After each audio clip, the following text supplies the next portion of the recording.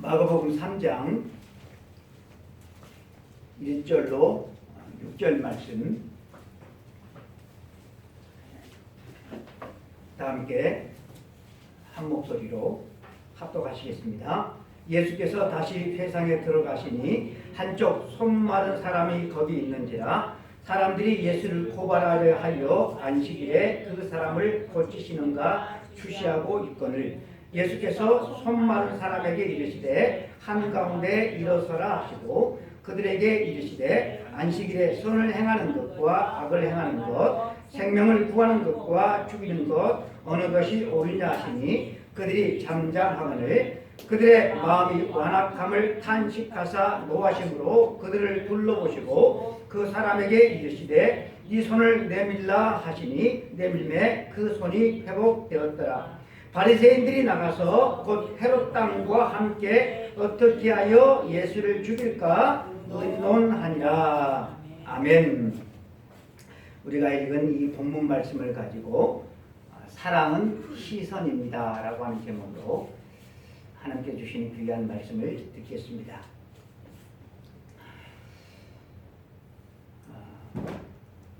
우리나라 그 페이컬처 문화가 세계적으로 참 유행이 되었어요.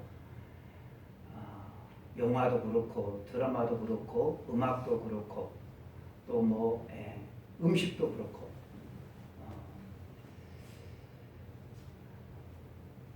이렇게 대한민국이 세계에 알려지게 됐는데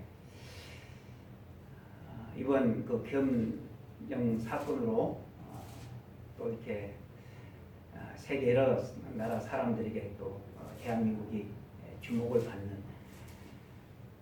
그래서 이 사태를 대한민국은 어떻게 헤쳐나가는가 그것도 초미의 관심사가 될 있을 줄로 되고 있는데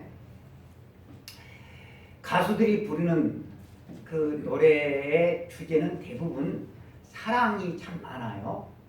사랑을 노래를 하는데 자기가 부르는 그 노래를 익숙하게 잘 부를 때까지 이 가수들은 그 노래를 얼마나 많은 연습을 했을까를 생각을 해봅니다.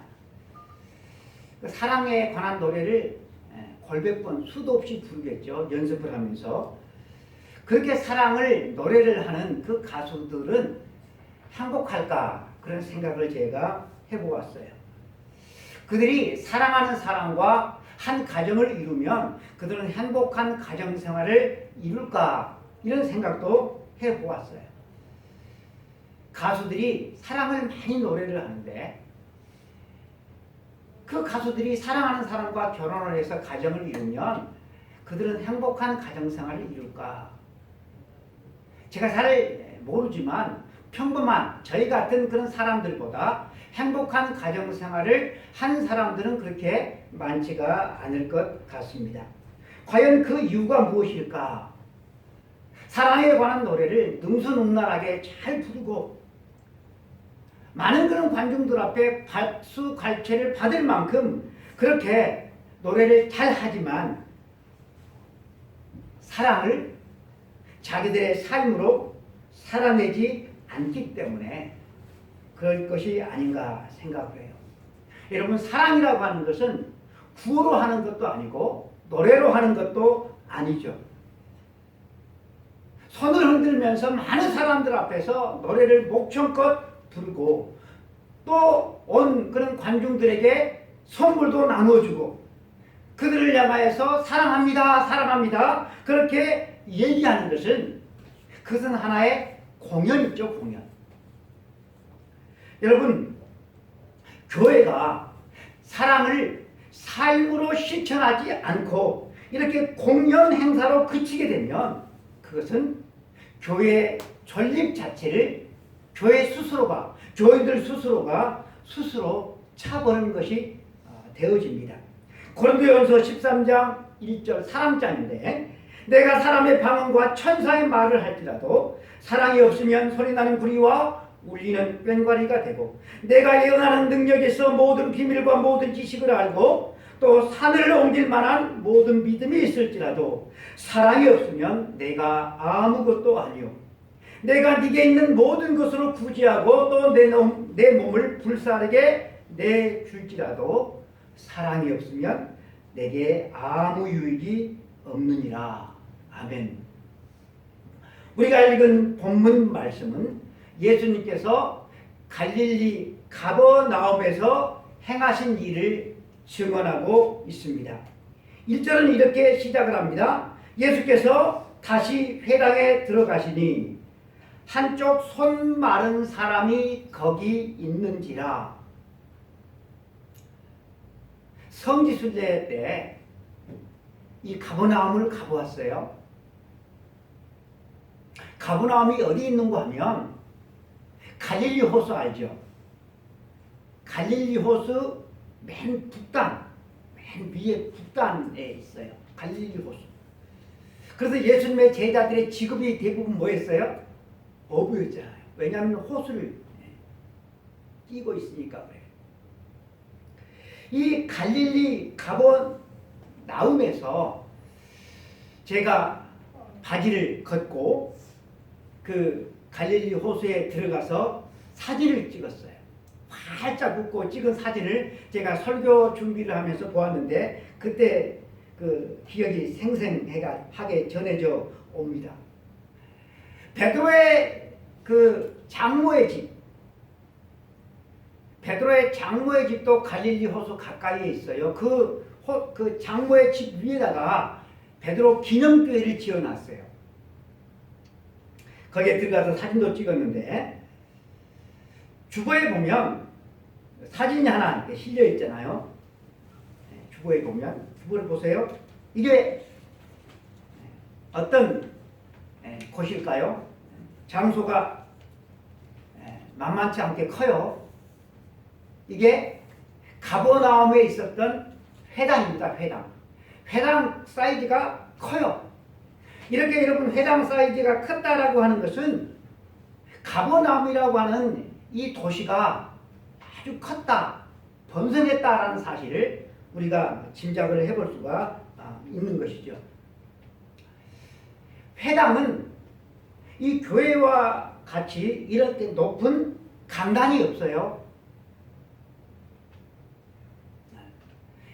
강단이 있어도 이렇게 저희 교회도 높은 것은 아니지만 이렇게 높지를 않아요. 랍비들이 회중들 앞에서 하나님의 말씀을 가르쳤죠. 가르쳤을 때 맨 앞에서 가르치든지 아니면 뺑 둘러가지고 그 가운데서 회중들을 가르쳤다고 그래요. 근데 저는 여러분들을 이렇게 다 한 사람 한 사람 볼 수 있지만 회당에서의 그 예배는 회중들을 다 볼 수가 없었어요. 그런데 오늘 본문 말씀은 예수님께서 그 회중 가운데 한 사람을 보셨다고 그래요. 그 사람이 손 마른 사람, 불구자인 것이죠. 여러분, 유대인들은 이런 불구자들을 저주받은 인간이라고 해서 사람 취급을 하지 않았어요. 불구자인 그 자체도 여러분 세상을 살아간다고 하는 것이 얼마나 여러분 힘듭니까? 그런데 인간 취급을 하지 않는 거예요. 그들이 세상을 살아가기가 얼마나 힘들었을지를 우리는 알 수가 있어요. 이 가버나움에 예수님께서 오신다라고 하는 소문이 들리니까 많은 사람들이 몰려왔어요. 여러분, 이 가버나움이라고 하는 곳은 예수님의 제2의 고향입니다. 예수님의 제자들, 많은 제자들도, 그러니까 베드로와 야고보와 요한, 안드레, 이런 제자들도 이 가버나움이 고향이었어요. 그러니 예수님도 이 지역에서 자라셨고, 또 예수님의 그 많은 그런 제자들도 이 지역 사람이고, 그러니 얼마나 많은 사람들이 이 회당에 몰려들었겠습니까? 회당에 빈자리가 없이 가득 찼을 것입니다. 이렇게 꽉 찬 그런 회중들 속에서 예수님의 시선은 과연 누구에게 갔을 것 같습니까? 여러분들이라고 한다면 많은 사람들이 인산인해를 이루었어요. 그 가운데 눈에 띄는 사람들이 있겠잖아요. 내 시선을 끄는 사람이 있겠잖아요. 남자로서 아리따운 여인에게 갔을 수도 있고, 아주 잘 차려입은 그런 부자에게 갔을 수도 있고, 또 그 지역 유지에게 가 있을 수도 있고, 또 어때요? 그 어렸을 때 함께 뛰어놀던 그 친구들에게 여러분 가 있을 수도 있는데, 예수님의 시선은 누구에게 꽂혔는가 하면 한 손 마른 사람에게 꽂혔습니다. 왜냐하면 사람은 뭐이기 때문에? 시선이기 때문에. 그 누구 하나 이 사람에게 시선을 주지를 않았지만 주님은 그 사람에게 시선을 주었습니다. 여러분, 돈을 사랑하는 사람은 눈이 어디에게다 쏠릴까요? 돈에가 쏠립니다. 명품을 사랑하는 사람은 명품에 쏠리고, 외제차를 사랑하는 사람은 외제차에 쏠리고, 아리따운 그런 사람에게, 미인에게 마음이 가 있는 사람은 거기에 쏠릴 것이고, 세상에 마음이 가 있는 사람은 세상에서 벗어나지 못할 것입니다. 그런데 사람을 사랑하는 사람은 어디 가든지 먼저 사람을 보게 되어져 있습니다. 그 많은 사람들 가운데서 예수님께서는 가장 어려움에 처한 손 마른 사람을 보셨습니다. 한 손 마른 사람이라고 표현을 하고 있는데, 헬라어 원문을 보면 수동태 완료 분사형으로 되어 있어요. 따라서 해볼까요? 수동태 완료 분사형. 수동태 완료 분사형.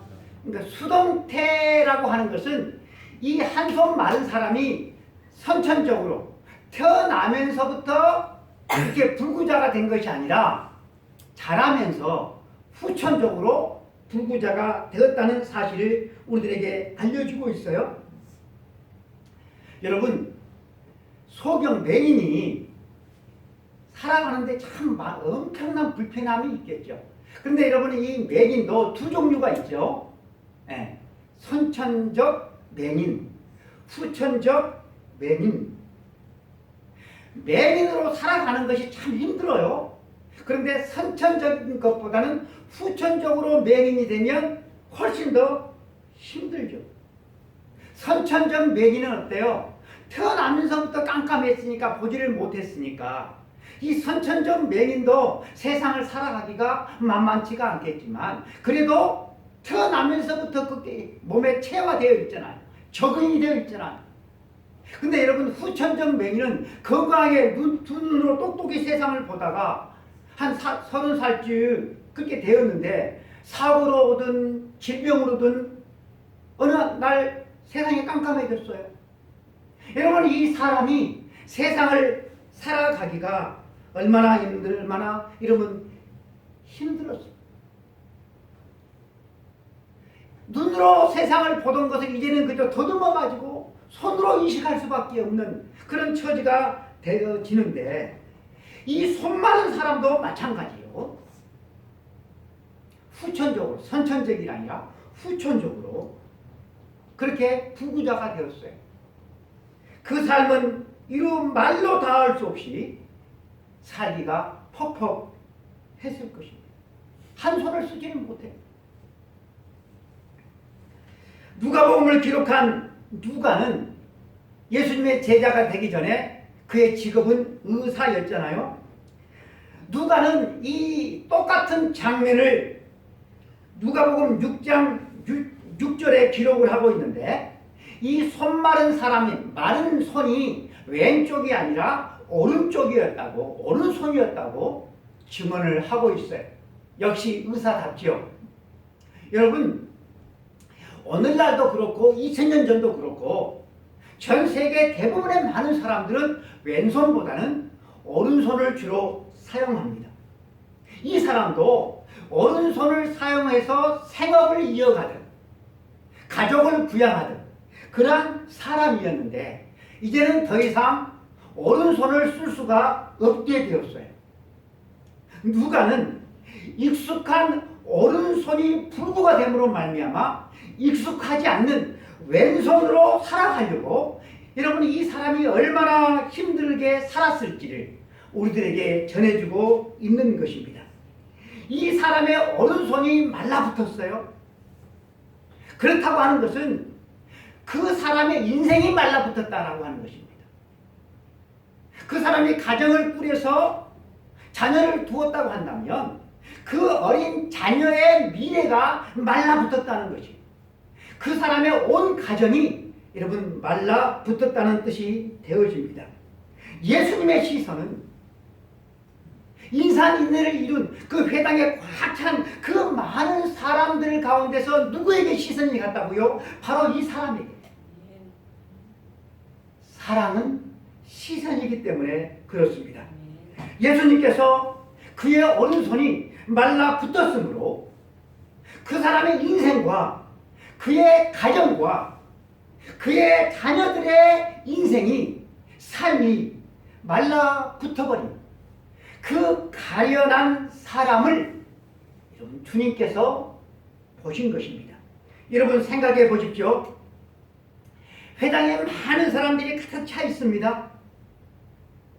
그날 여러분 이날 예수님의 시선이 이 한 손 마른 사람에게 가닿지 않았더라고 한다면 여러분 이 사람의 인생은 계속 말라붙은 채로 이 사람의 인생은 끝났을 것입니다. 그런데 이날 예수님의 시선이 그 사람에게 감으로 말미암아 곤궁에 처했던 그의 인생에 서광이 비치기 시작합니다. 우리들도 우리의 시선을 매일 끄는 것들이 있습니다. 매일매일 세상을 살아가는 여러분들의 시선은 어디에 끌립니까? 무엇에 끌립니까? 오늘날 많은 사람들은 스마트폰에서 시선을 놓지를 못하고 있습니다. 나이 드신 분들은 텔레비전 앞에서 시간들을 보냅니다. 세상을 살아가면서 특별히 우리의 시선을 끄는 것이 있어요. 여러분들의 시선은 어디에 다 있습니까? 우리의 시선이 사람에게 다 있다고 할지라도 그 내가 보는 그 사람이 돈 많은 사람이든지 나보다 형편이 좋은 사람이든지 힘이 있는 사람이든지 나보다 나아 보이는 사람이라고 한다면 여러분 그것은 예수님께서 행하신 그런 사랑이 아닌 것입니다.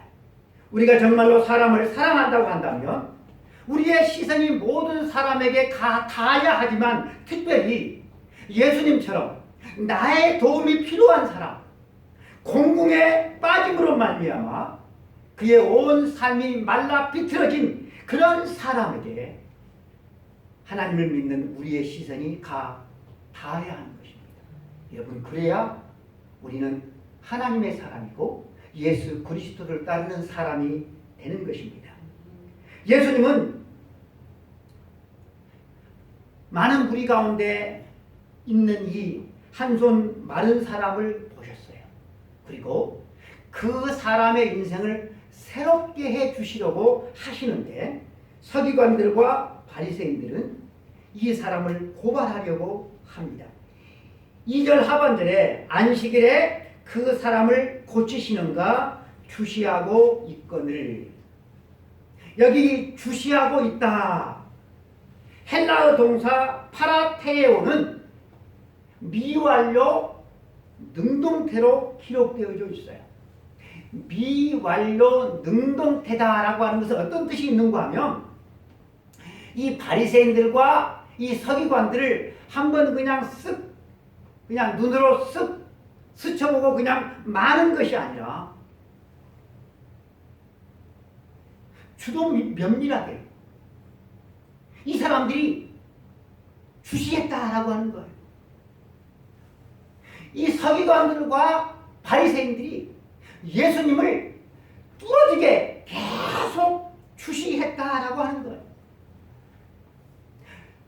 저 예수가 저 손 마른 사람과 눈이 마주쳤는데 그 손 마른 사람에게 지금 시선이 가 있는데 저 사람을 고쳐주느냐 안 고쳐주느냐 고발할 거리를 찾기 위해서 계속 주시하고 있었다라고 하는 것입니다. 예수님은 손 마른 사람을 보셔요. 왜 보십니까? 그를 사랑하시기 때문에 보시는 거예요. 근데 바리새인들과 서기관들은 예수님과 이 손 마른 사람을 계속 주시하고 있어요. 왜 주시한다고 생각하세요? 고발할 거리를 찾기 위해서 보고 있는 것입니다. 이 서기관들과 바리새인들은 철저하게 안식일에 관한 규례를 만들었어요. 예를 들어서 이런 겁니다. 갑작스럽게 집이 무너져 버렸어요. 그러다 그 집에 살던 사람이 그 집더미에 깔려버렸습니다. 그 깔린 사람을 당장 구해주지 않으면 그 사람이 죽게 될 경우에 안식일이라도 집더미를 치우고 그 사람을 구해줍니다. 그러나 그 사람이 깔렸지만 죽을 만한 상황, 형편 이런 것이 아니라고 한다면 안식일날 그대로 내버려 두는 거예요. 여러분 이 장면을 한번 머릿속에 한번 그려보시기를 바랍니다. 사람이 살던 집이 무너져 버렸어요. 그래서 그 집 사람들이 이 집더미에 다 깔렸습니다. 깔린 그 속에서 소리가 나와요. 사람 살려주세요. 사람 살려주세요. 소리가 나와요. 그 소리를 듣고 바리새인들과 이 서기관들이 와서 확인을 해요. 어디 한번 맥박을 한번 재볼까? 여보세요. 눈깔 한번 뒤집어 보세요. 아, 내일까지 그만 놔둬도 죽지는 않겠구만. 내일까지 참으세요. 내일 와서 구해줄게요. 이게 그들이 만든 안식일에 관한 규정이었습니다. 여러분 그들이 만든 규정은 사람을 살리는 규정이 아니고 사람을 죽이는 규정이었습니다. 그래서 예수님께서 이렇게 말씀하시죠. 마가복음 2장 27절 이하에 안식일이 사람을 위하여 있는 것이요 사람이 안식일을 위하여 있는 것이 아니니 이러므로 인자는 안식일의 주인이니라. 안식일이 사람을 위해서 있는 것이지 사람이 안식일을 위해서 있는 것이 아니다. 집이 무너져 사람이 그 집더미에 깔렸으면 그날이 안식일이고 뭐고 먼저 그 사람을 구해내는 것이 그것이 인지상정이지 안식일이라고 그걸 그대로 놔두냐? 이처럼 예수님의 은행은 당시 바리새인들, 서기관들 이 사람들의 그런 아주 금과 옥조로 여기는 그들의 어떤 규범, 그들의 규정, 관습 이런 것들을 완전히 예수님은 벗어났어요. 그래서 예수님께서 하시는 그런 모든 행동들을 그대로 놔두면 이 사람들의 기반, 그들의 기득권이 다 예수님에게로 빼앗길 것 같으니까 예수님을 고발하려고 죽이려고 그렇게 혈안이 되어져 있다라고 하는 것. 지금 우리가 당면한 이 현 시국과 비슷한 것 같아요. 예수님이 회당에 들어가신 날, 그날은 안식일이었습니다. 이 안식일날 예수님께서 저 손 마른 사람을 고쳐주느냐 안 고쳐주느냐 이 사실을 계속해서 지금 주시하고 있습니다. 왜 주시하고 있다고요? 고쳐주면 뭐 하려고? 고발해서 죽이려고. 얼마나 여러분 무서운 사람들입니까? 이 사람들은 예수님께서 이 손 마른 사람을 고칠 수 있느냐 없느냐 그걸 지금 주시하고 있는 게 아니에요. 이 서기관들과 바리새인들도 예수님이 손 마른 사람을 고칠 수 있다는 걸 잘 알고 있어요. 여러분, 한 손 마른 사람을 예수님이 고치면, 말로 고치면 그 예수님은 여러분 분명히 선지자가 맞고 메시아가 맞는 것이잖아요. 그런데도 이들은 자기 자신들의 기득권을 띄운다는 이유 때문에 그 메시아를 고발하고 죽이려 했습니다. 고치기만 해봐라. 고치기만 해봐라. 내가 고발해가지고 내가 재판에 넘겨서 죽여버릴 거야. 이런 마음을 가지고 계속 주시하고 있는 여러분 그들의 눈빛을 한번 상상해 보시기를 원합니다. 얼마나 섬뜩합니까? 손 마른 사람의 한 개인과 그의 가정은 풍비박산이 났는데 그 사람은 안중에도 없고 그 사람을 미끼 삼아서 자기 자신들의 기득권을 흔들고 있는 예수를 그들은 죽이려 합니다. 배운 사람들이, 힘을 가진 사람들이, 기득권들이, 하나님을 섬긴 사람들이 하는 행동이었습니다. 3절 예수께서 손 마른 사람에게 이르시되 한가운데 일어서라 하시고. 여러분, 예수님께서 저 바리새인들과 서기관들이 또 많은 사람들이 당신 자신을 주시하고 있다는 사실을 모를까요? 왜 주시하고 있는지도 우리 주님은 잘 아셔요. 저들이 저 손 마른 사람을 미끼로 삼아서 자기 자신을 고발하고 죽이려고 모의하고 있다는 사실을 잘 알고 계셔요. 그런데 우리 주님은 그 많은 사람들 가운데서 이 손 마른 사람에게 한가운데 일어서라라고 말씀을 하십니다. 한가운데 일어서라라고 우리나라 이 말 성경에는 그렇게 번역이 되어져 있는데 헬라어 원문을 보면 그 의미가 더 잘 나타나 있습니다. 당신 그 자리에서 일어서서 한가운데로 나오시오라고 하는 뜻입니다. 당신이 있는 그 자리에서 일어서시오 그 뜻이 아니고 당신이 있는 자리에서 한가운데로 나오시오라고 하는 뜻입니다.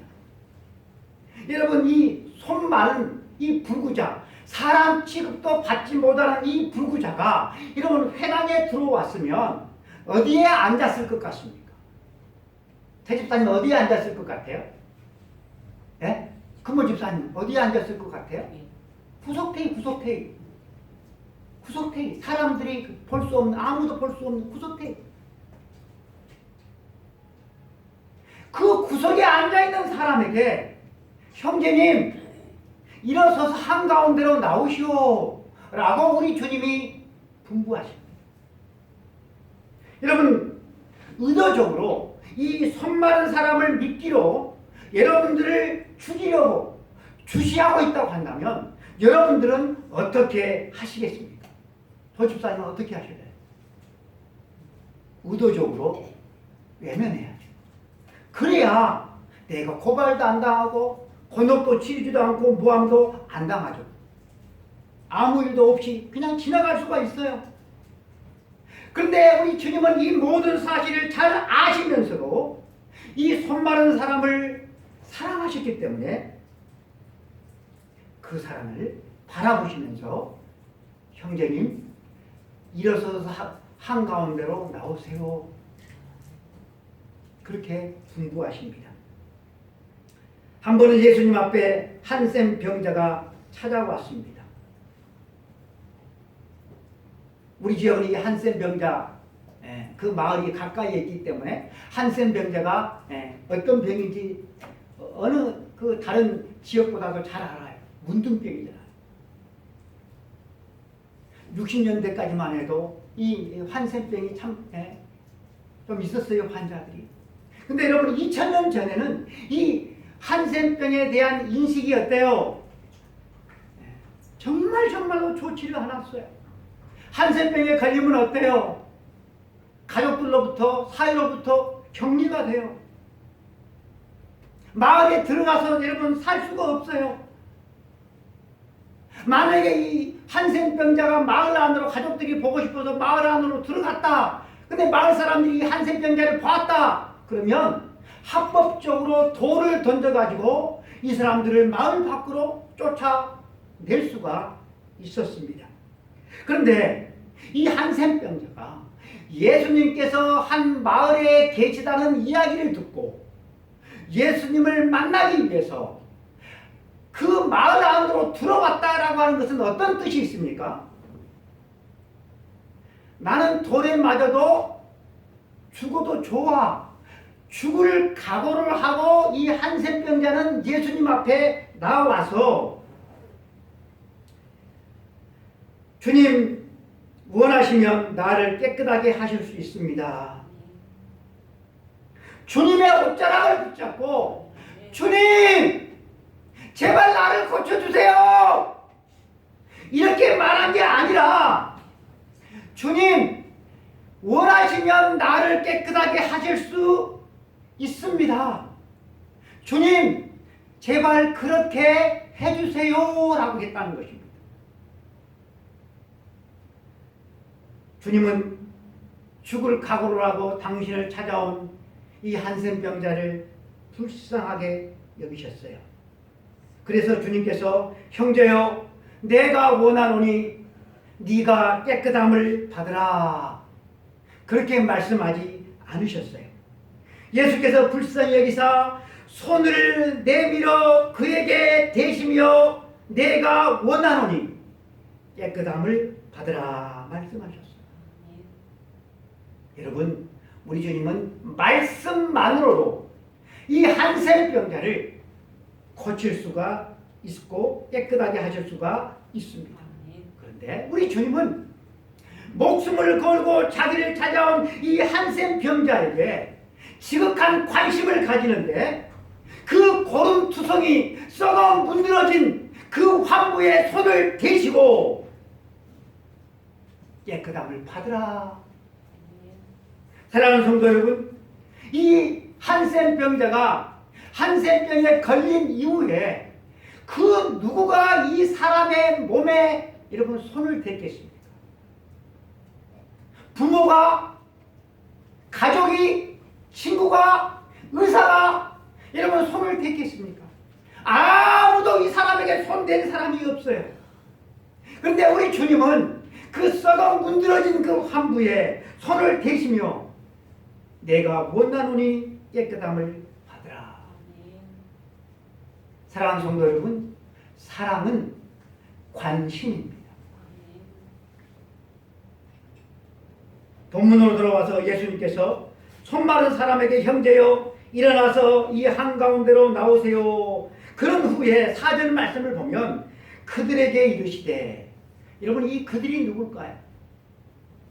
지금 이 손 마른 사람은 이제 한가운데로 나와 예수님 앞에 나와 있어요. 이 그들은 그 자리에 있는 바리새인들, 서기관들, 그리고 모든 사람들에게 이렇게 말씀하시죠. 안식일에 선을 행하는 것과 악을 행하는 것, 생명을 구하는 것과 죽이는 것 어느 것이 옳으냐 하시니 그들이 잠잠하거늘. 여러분 그들이 뭐 했다고요? 잠잠했다.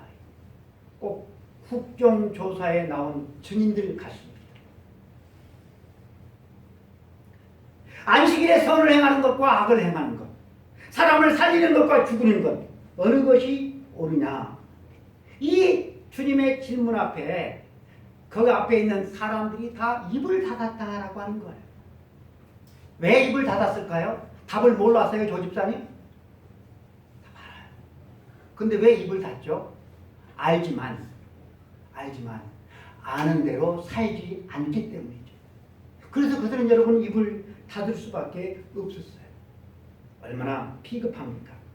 주님께서 노하심으로 그들을 둘러보시고 그들의 마음이 완악함을 탄식하사 비겁하게 한마디도 대답하지 못하는 그들에게 우리 주님은 분노하셨어요. 그리고 그들을 둘러보셨다는 거예요. 이 둘러보다라고 하는 것은, 여러분 보세요.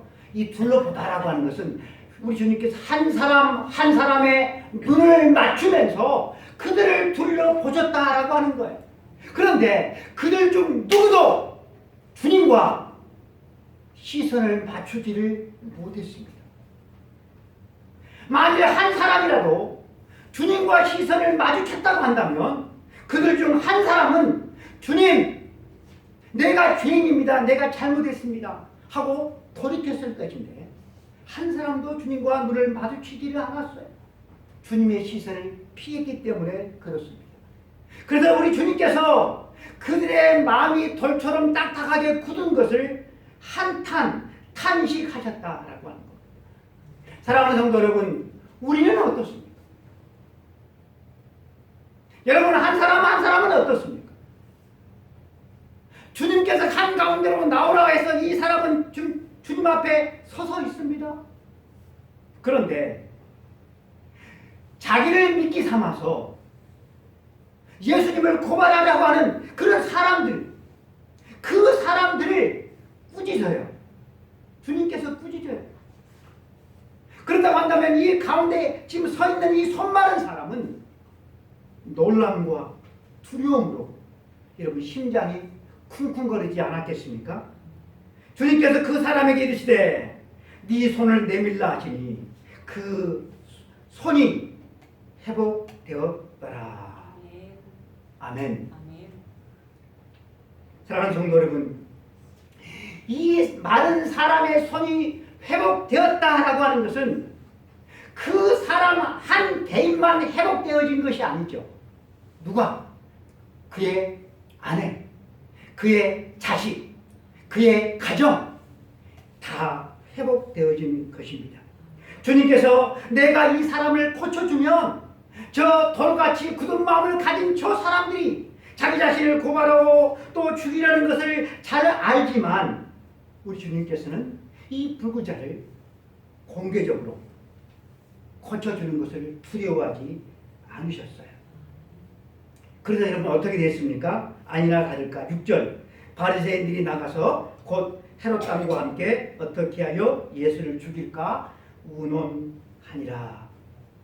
예수님께서 이 손 마른 사람을 고쳐 죽었을 때 돌아오는 것은 박수갈채가 아니라 바로 이것이었어요. 죽이려고 했다라고 하는 것입니다. 그 자리에 있던 바리새인들과 서기관들에게 예수님을 확실하게 죽이를 확실한 명분만 제공했다라고 하는 것입니다. 저 예수가 안식일날 가만히 놔둬도 죽지도 않는데 왜 하필이면 안식일날 저 손 마른 사람을 고쳐주냐?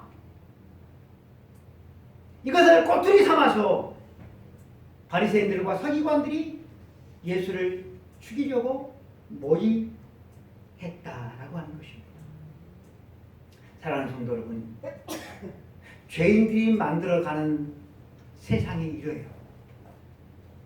사랑하는 성도 여러분, 하나님의 백성, 하나님의 자녀인 우리들은 여러분 어떤 세상을 만들어 가야만 하겠습니까?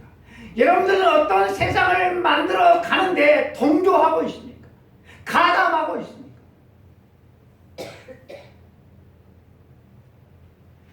사랑은 시선이라고 했습니다. 우리의 시선이 여러분 어디에 머물러야만 하겠습니까? 제가 뉴스를 보니까 그 주민들의 그 핸드폰을 이제 내라고 그랬어요. 증거물로 내라고 그랬어요. 그러니까 그 핸드폰을 내는 사람들이 어떻게 해요? 안에 있는 모든 걸 싹 지우고 빈 깡통만 내잖아요. 그런데 여러분 뉴스를 이렇게 보신 분들은 그 전문가들이 어떻게 다 포렌식 해가지고 누구와 언제 통화를 했는지, 무슨 문자를 주고 받았는지, 또 무엇을 검색했는지 다 밝혀내잖아요. 저는 그것을 보고 깜짝 놀랐어요. 사람들이 숨기려고 다 지워버리는데 그것도 밝혀내는데 하물며 인간을 창조하신 하나님께서 우리가 무슨 생각을 하고 여러분들이 한 주간 동안 세상에서 무슨 행동을 말을 하고 살았는지 주님께서 모르시겠느냐라고 하는 거예요. 여러분 두렵지 않습니까? 여러분 행동 하나하나 말 하나하나 우리가 부끄러움 당하지 않고 우리의 삶이 하나님 앞에 향기가 되어지고 칭찬이 되고 상급이 되어지고 멸류관이 되어질 수 있도록 여러분 우리가 그렇게 기도해 하지 않겠습니까? 우리의 눈에 세상이 보이지 않고 어떤 물질이 보이지 않고 내가 섬기고 도와줘야 될 사람이 보이기 시작하면 여러분 그 사람의 삶의 방향이 삶의 질이 달라집니다. 이렇게 우리가 사랑의 삶을 우리가 살아가려고 발버둥 칠 때 여러분 그때 비로소 우리는 하나님의 사람이다 인정을 받게 되어질 것입니다. 사랑하는 자들아 우리가 서로 사랑하자. 사랑은 하나님께 속한 것이니 사랑하는 자마다 하나님께로부터 나서 하나님을 알고 사랑하지 아니하는 자는 하나님을 알지 못하나니 하나님은 사랑이심이라. 기도하겠습니다. 하나님 아버지 감사합니다. 오늘도 말씀을 주시니 감사합니다.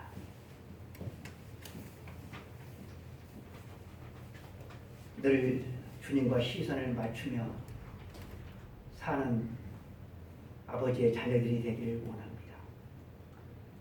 늘 주님의 시선을 피하여서